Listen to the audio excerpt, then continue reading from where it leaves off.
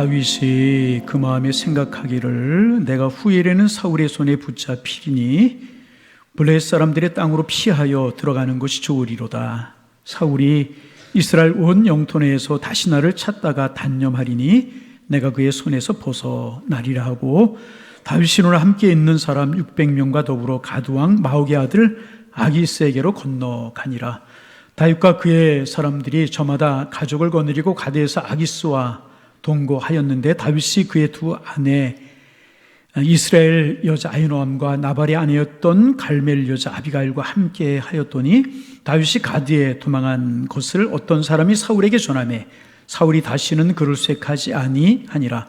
다윗이 아기스에게 이르되 바라건대 내가 당신께 은혜를 입었다면 지방 섬 가운데 한 곳을 내게 주어 내가 살게 하소서. 당신의 종이 어찌 당신과 함께 왕되어서 살리까 하니 아기스가 그날에 시글락을 그에게 주었으므로 시글락이 오늘까지 유다 왕에게 속하니라. 다윗이 블레셋 사람들의 지방에 산 날 수는 1년 4개월이었더라. 아멘. 할렐루야. 예. 세일의 새벽 기도회가 계속이 되고 있습니다. 뜻을 정하여서 기도한 다니엘처럼 우리가 기도 제목 가지고 나라, 민족, 가정, 자녀들, 교회, 한국교회를 위해서 기도하자, 그런 의미로 새벽 기도회 가지고 있고요. 오늘 저녁부터 3일 동안 부흥회합니다. 훈련입니다. 예전에는 부흥회하면 이웃교회 다 모여서 같이 은혜를 받고 그랬는데 요즘 본교회 교인들 다 안 나오는 그런 형국이 되었잖아요. 다른 사람 어떻게 할지라도 우리 하나님 앞에 은혜 받는 일을 우선으로 여기고 은혜를 삼하는 우리가 되어서 주님이 귀하게 쓰시고 주님이 축복 주시는 축복의 통로로 설 수 있는 귀한 교회가 되시기를 소망합니다. 옆 사람 그래서 인사해 볼까요? 오늘 저녁에 뵙겠습니다. 다른 건 몰라도요, 여러분, 은혜 받는 일에는 우리가 욕심내야 돼요. 물질 다른 거 조금 모자라도 살 수 있지만 하나님의 은혜 떠나면 우리 살 수 없잖아요. 우리 하루하루 살아가는 게 하나님의 은혜잖아요. 은혜 듬뿍 받으시는 교회가 되기를 소망합니다. 번아웃 되었다, 이제 그런 이야기 많이 합니다. 번아웃이라고 하는 말 많이 합니다. 우리말로 구태여 바꾸면 탈진이라고 이야기를 할 수가 있죠. 어떤 일에 몰두하던 사람이 갑자기 정신적으로나 육체적으로 또 영적으로 피로감을 느끼면서 슬럼프에 빠져서 헤어나오지 못하는 그런 상태를 번아웃 증후군이다, 번아웃 되었다, 그렇게 이야기를 합니다.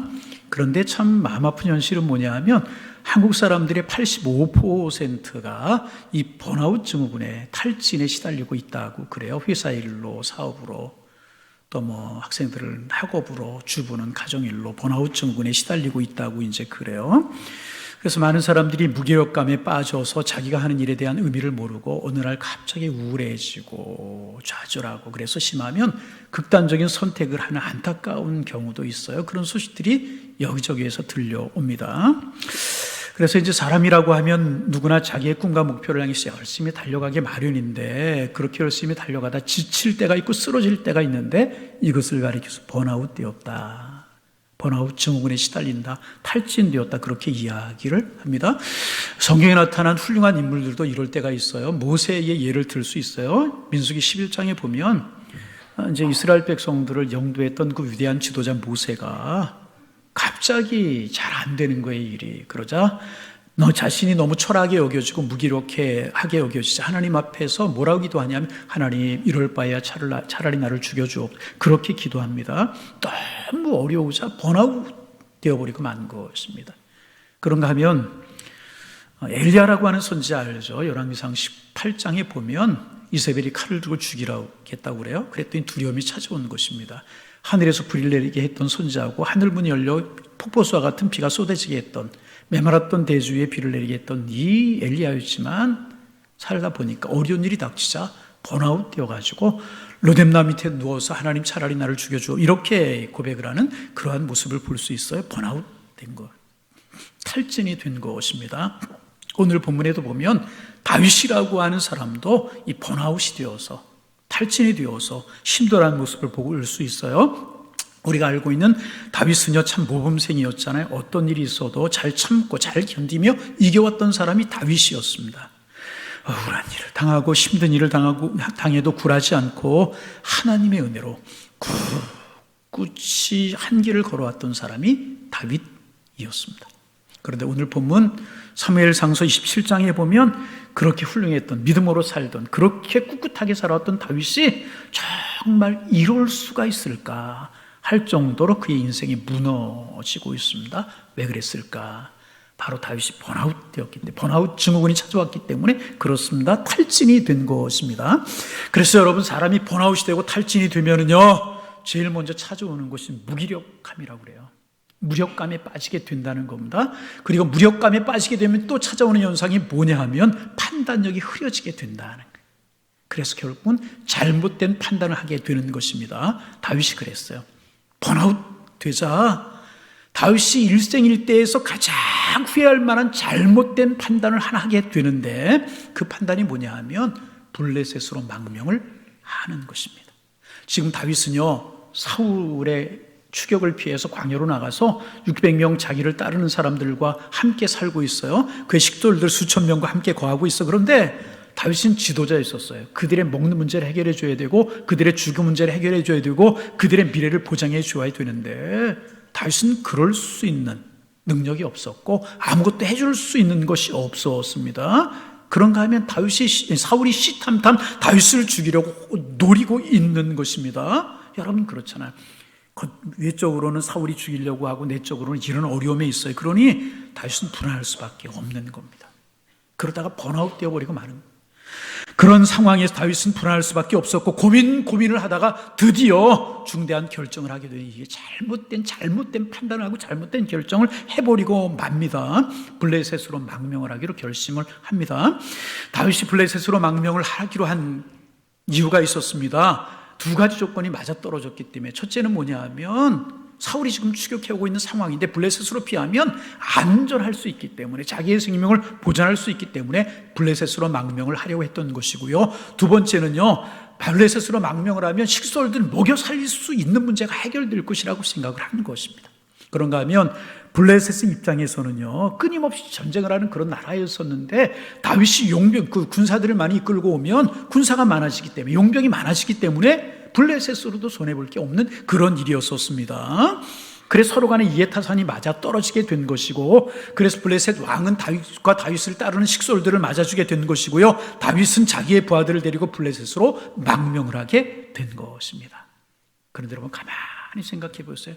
얼마나 가슴 아픈 일, 얼마나 슬픈 현실입니까? 블레셋이 어떤 나라예요? 바알과 아세를 섬기는 우상 숭배의 국가예요. 하나님을 모르는 나라, 하나님을 대적하는 나라예요.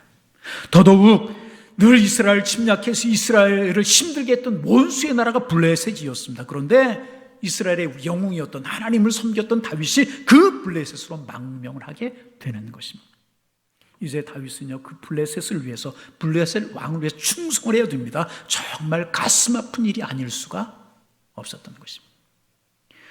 그래서 다윗이 번아웃 되어지자 잘못된 판단을 하게 되어서 블레셋으로 망명을 하게 되는데, 처음에 다윗은요, 자기가 블레셋으로 망명한 것이 잘한 것이라고 생각을 했습니다. 왜냐하면 망명하자마자 큰 시름거리, 걱정거리 하나가 사라진 것입니다.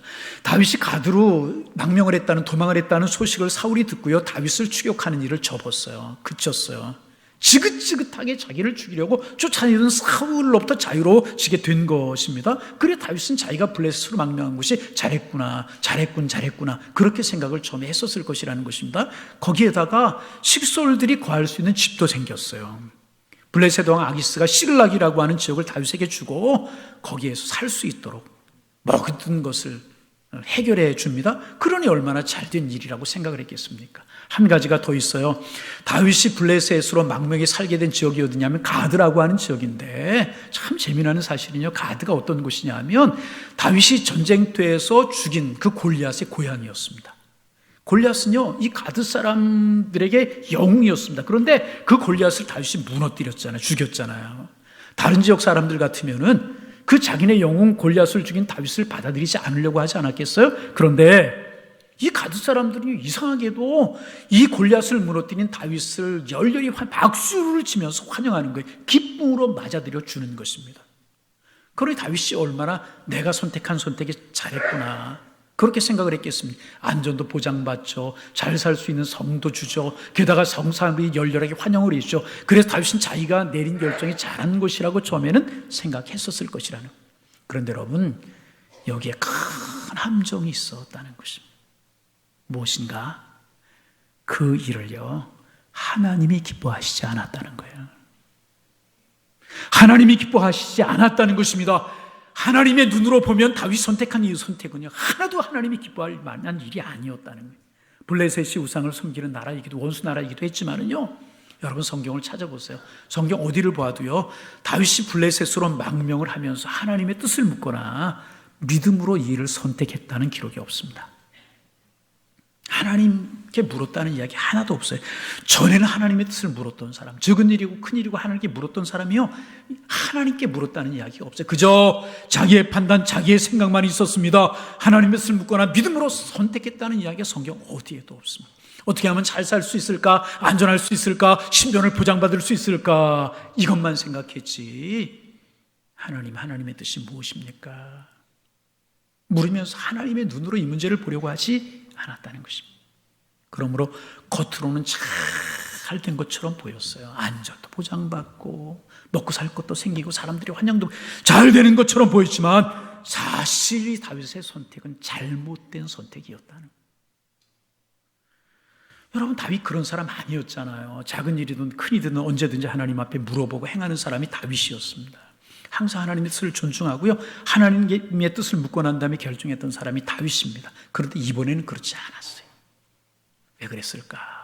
지쳐있기 때문에, 번아웃 되었기 때문에, 몸도 지치고 영혼도 지쳐있기 때문에. 그래서 여러분, 사람이 지치게 되면 이렇게 판단력이 흐려지게 되는데 다윗이 그런 상황이었다는 것입니다. 그래서 절대로 가지 말아야 될 것, 가면 안 되는 곳으로 가서 그곳에 자기의 미래를 맡기고 잘 되었구나, 이렇게 생각했다는 것입니다.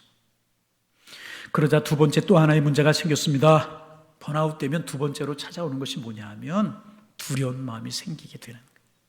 다 두려운 거예요. 사람도 두렵고 사건도 두렵고 귀찮아지고 이렇게 되는 것입니다. 지금 다윗이 꼭 그랬어요.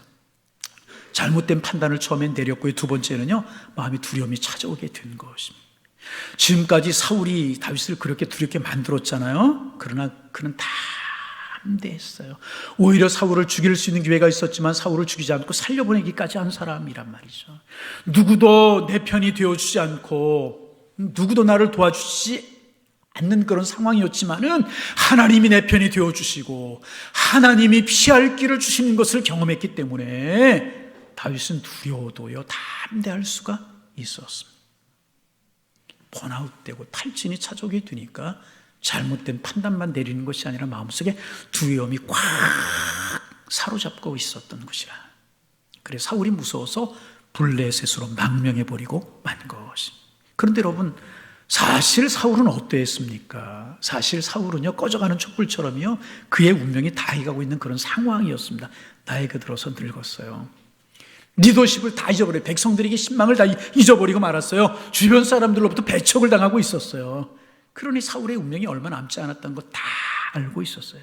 그런데 다윗이 번아웃되고 탈진되고 나니까 여전히 그 사울이 두렵고 무서웠던 것입니다. 번아웃되자 두려움에 사로잡혀 있었던 것입니다. 그래서 여러분, 두려움이라고 하는 것을 우리가 좀 이해할 필요가 있는데요, 두려움은요, 실제보다 훨씬 더 과장되게 만드는 특징이 있어요. 무슨 말인가? 그 사람이 나를 힘들게 해요. 사실은 별로 어렵지 않고 그런 것인데 굉장히 크게 어려움처럼 다가와요. 그 사건이 나를 삼킬 것 같은데 사실은 그렇게 큰 것이 아니더라. 이게 두려움의 특징이라는 것입니다. 그래서 두려운 마음이 들면, 두려움에 사로잡히게 되면 그 실체보다 훨씬 더 커 보이게 된다는 것입니다. 그래서 두려움이 우리를 지치게 그 사건, 그 일이 우리를 지치게 만들고 그 사람이 나를 지치게 만드는 것이 아니라 두려움이 우리를 지치게 만드는 것이라. 그래서 성경은 우리에게 뭐라고 말씀하십니까? 두려워하지 말라. 하나님을 믿으니 또 나를 믿어라. 그렇게 말씀하고 계십니다. 두려움에 사로잡히지 말고 하나님을 믿으라는 것입니다. 여러분, 역사적으로도 이런 일이 있었어요. 19세기, 20세기를 가리켜서 19세기, 20세기 역사를 가리켜서 식민주의 시대라 그렇게 이야기를 합니다. 그때 우리나라가 이제 일본으로부터 지배를 당했는데 바로 그때였었어요. 그런데 우리만이 그런 것이 아니라 많은 나라들이 식민지 지배를 받았잖아요. 그 중에 한 나라가 있는데 인도라고 하는 나라입니다. 인도가 영국의 식민 지배를 받았습니다. 그 영국으로부터 독립을 선포했던, 외쳤던 그런 사람이 비폭력 저항 운동으로 유명한 간디라고 하는 이제 그런 분입니다. 그 당시 인도가 영국의 지배를 받을 때 인도의 인구가 2억 5천만 명이었다고 그래요. 2억 5천만 명. 그런데 그 2억 5천만이나 되는 인도를 지배하기 위해서 영국 사람들이 인도로 들어왔는데 그 인구가 얼마나 됐느냐? 7만 명. 군인 7만 명이 들어오고요. 행정과 일반인들이 1,000명, 그래서 영국 사람들이 7만 명이 들어왔다고 그래요. 7만 명이 들어와서 2억 5천만 명이나 되는 인구를 다 실은 것입니다. 그래서 간디가 인도 사람들을 일깨우는 것입니다. 이런 이야기를 했다고. 여러분, 우리 인구가 2억 5천만 명입니다. 우리 땅에 들어온 영국 사람들은 7만 1,000명입니다. 그런데 우리 2억 5천만 명이나 되는 우리 인도가 어떻게 7만 명에게 이렇게 고통을 당하고 지배를 당해야 되는 것입니까? 우리가 하나 되어야 됩니다.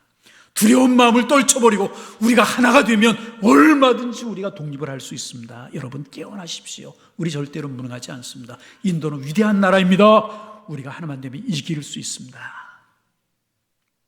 이렇게 인도 사람들을 간디가 깨웠다는. 어떻게 됐습니까? 끝까지 인도 사람들이 그 7만 명의 영국 사람들을 이기지 못했다는. 왜 그랬는가? 인도 사람들이 영국 사람들을 두려워하는 거예요. 영국이 가지고 있는 힘을 두려워하는 겁니다. 싸워보기도 전에 영국 사람들이 너무너무 무서운 거예요. 더 실체보다 더 무서운 거예요. 두려운 존재로 보이는 것입니다. 절대로 이길 수 없는 존재로 받아들여지게 되는 것입니다.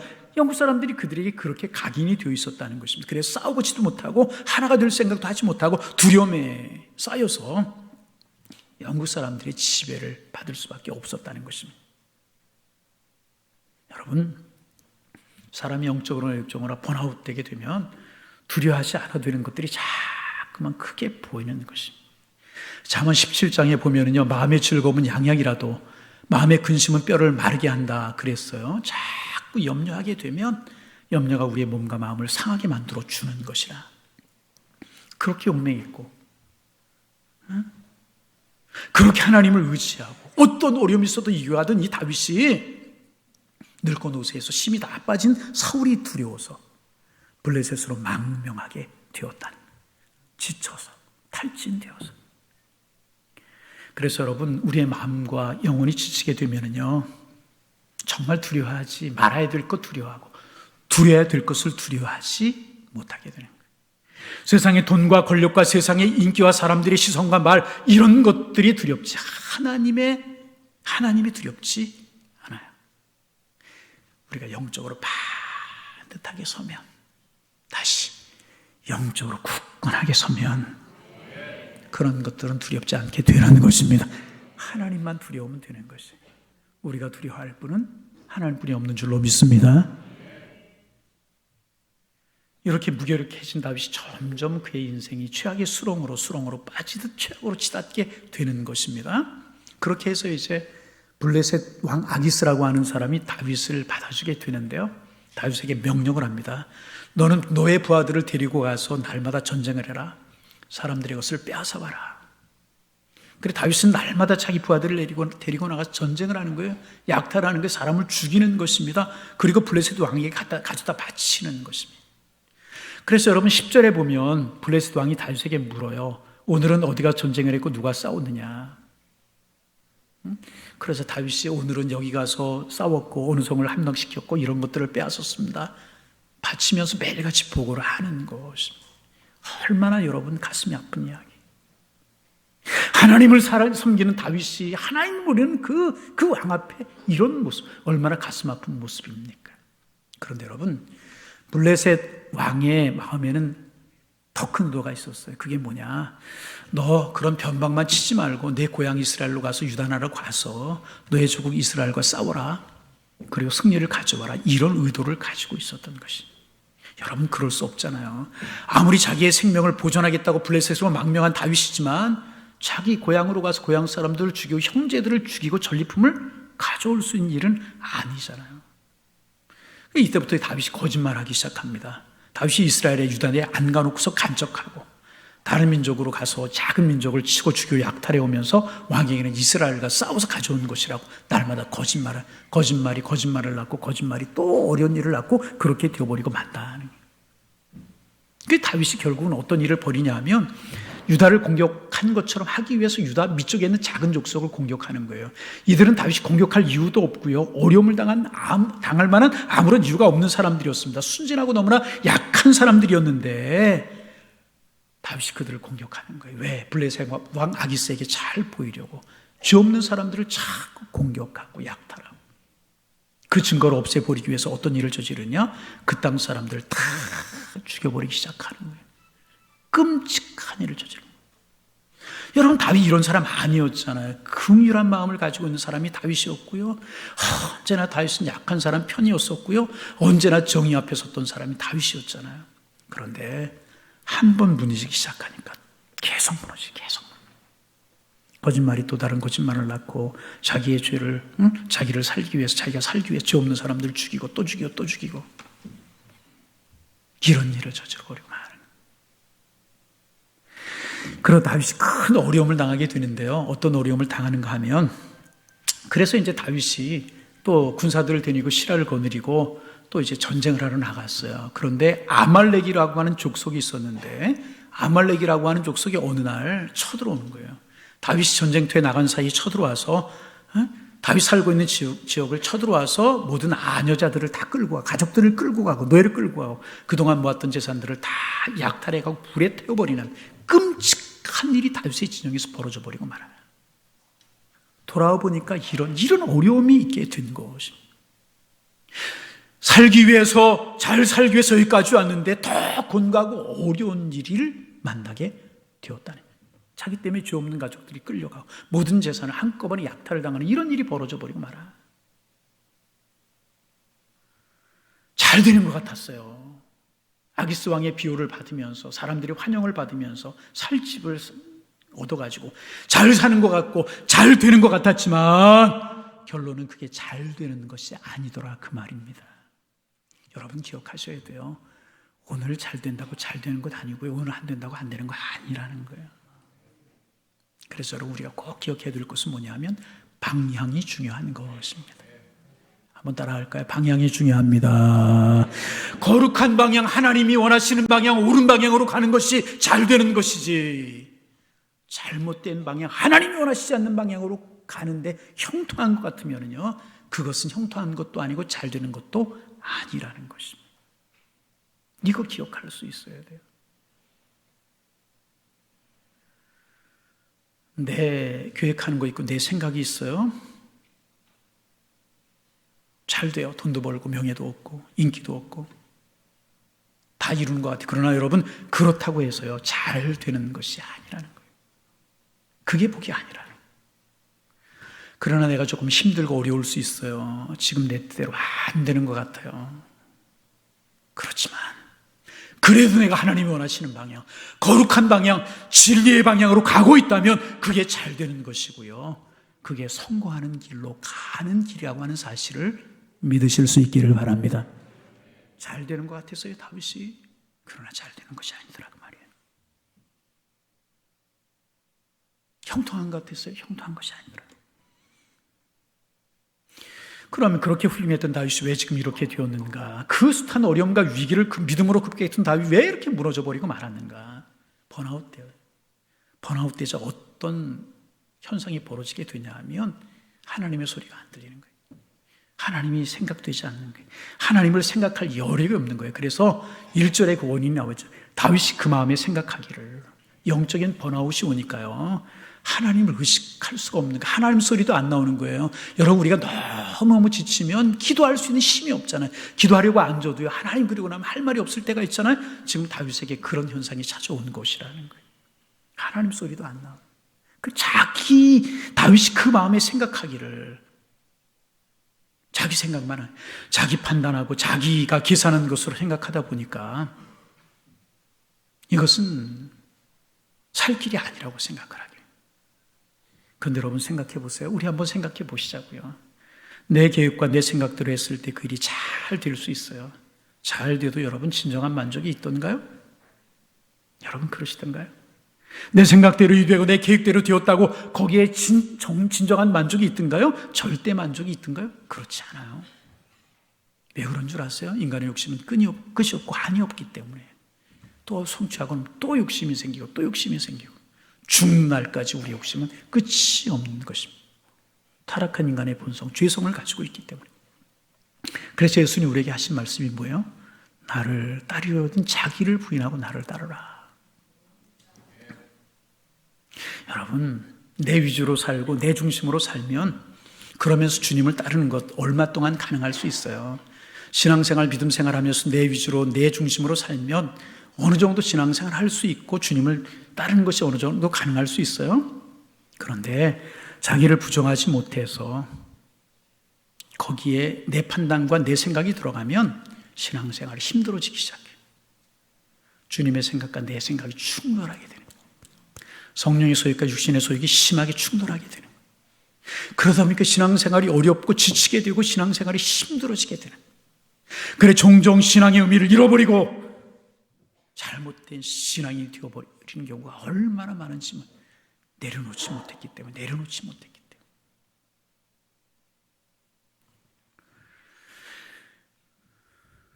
여러분, 주님 앞에서 좀 내려놓을 수 있는 우리가 될 수 있기를 소망합니다. 내 뜻과 하나님의 충돌할 때 과감하게 내 손 내려놓는 하나님의 손 붙드는 것. 다윗이 이렇게 점점 되어가고 있었습니다. 그런데 여러분, 중요한 사실 하나가 있잖아요. 그래서 여러분, 하나님이 소중하고 믿음이 소중한 거예요. 다윗의 결국이 어떻게 되었습니까? 다윗이 이렇게 인생이 블레셋에서 끝나지 않았다는 거예요. 다윗이 다시 회복되기 시작을 했다는 것입니다. 할렐루야. 다윗이 다시 회복되기 시작을 했다. 어떻게 회복되었는가? 30장 8절, 28장, 29장 넘어 30장에 보면은요, 그런 일을 계속하고 있던 다윗이요, 어려움에 처해지게 되자 다윗이 비로소 어떻게 하느냐? 다윗이 여호와께 묻자와 가로되 그랬어요. 비로소 다윗이 그전에는 하나님께 물었다는 이야기가 없어요. 하나님 앞에 무릎을 꿇었다는 이야기가 없어요. 그런데 이런 끔찍하고 어려운 일을 당하자 비로소 다윗이 하나님께 묻고 기도하기 시작을 했다는 것입니다. 그리고 바로 이것이라는 것입니다. 우리가 영적인 탈진으로부터 벗어나는 첫걸음은요, 하나님 중심으로 내 삶이 돌아서는 것이라는 거예요. 내 판단, 내 계획, 내 생각대로 살던 인생이 이제는 하나님의 뜻을 묻고 하나님 대로 살겠습니다. 돌아서는 것으로부터 회복이 시작이 되게 되더라는 것입니다. 여전히 한 손에는 하나님의 말씀을 듣고 신앙생활을 한다고 해요. 그런데 또 한 손에는 내 인생의 설계들을 돌고 내 생각을 가지고 살고 있어요. 그러다 보면 이 둘이 충돌을 합니다. 나를 부정하지 못한 채 내 생각과 하나님의 생각 사이에서 갈등하며 있기 때문에 신앙생활이 2배, 3배 힘들어지고 지치게 되는 것이라. 그래서 여러분, 신앙생활하는 것이 기쁨이 되어야 되는데 기쁨이 되지 않고 짐이 돼요. 영적인 생활이 오히려 나를 곤고게 만들어서 결국 우리가 지쳐버리고 말 때가 있는 것이라. 여러분, 회복되어야 될 것입니다. 회복되는 길이 무엇입니까? 하나하나 한 손에 잡았던 내 계획들과 내 중심의 삶을 내려놓는 것입니다. 그리고 하나님 중심으로 돌아서는 것입니다. 하나님의 뜻이 무엇입니까? 하나님의 은혜를 따라 살기를 원합니다. 돌아서는 것이라. 다윗이 심한 슬럼프에 빠졌어요. 탈진에 빠져 번아웃 되었어요. 그러나 그 자리에서 하나님, 이제 내가 어떻게 하면 좋겠습니까? 내가 어떻게 하면 좋겠습니까? 내가 어떻게 하면 길이 있겠습니까? 이렇게 하나님 앞에 묻게 되자 다시 다윗이 회복되기 시작을 했고 승리자의 길을 다시 걸을 수 있는 다윗이 되게 되었다는 것입니다. 사랑하는 성도 여러분, 양일의 가족 여러분, 지치셨습니까? 다 귀찮고 힘들다고 생각되지는 아니하십니까? 신앙생활이 짐이 되지는 아니하십니까? 그렇게 무너져서는 안 되는, 여러분 회복되실 수 있기를 바랍니다. 회복의 은혜가 어디에서부터 시작이 됩니까? 하나님께로부터 돌이키고 하나님과 눈맞춤을 하고 하나님의 뜻을 묻는 데서부터 시작이 된다는 것입니다. 회복의 은혜는 세밀한 하나님의 음성을 들으려고 하는 데서부터 시작이 되는 것입니다. 회복은 하나님 앞에 엎드리고 하나님께 방향을 돌이키고 한 손에 붙었던 내 것을 내어놓고 하나님의 뜻을 따르는 데서부터 회복이 시작이 된다는 사실을 여러분 꼭 기억하시기를 바랍니다. 다윗이 그래서 회복이 되기 시작이 되었다면, 우리도 그렇게 된다면 우리도 회복될 수 있습니다.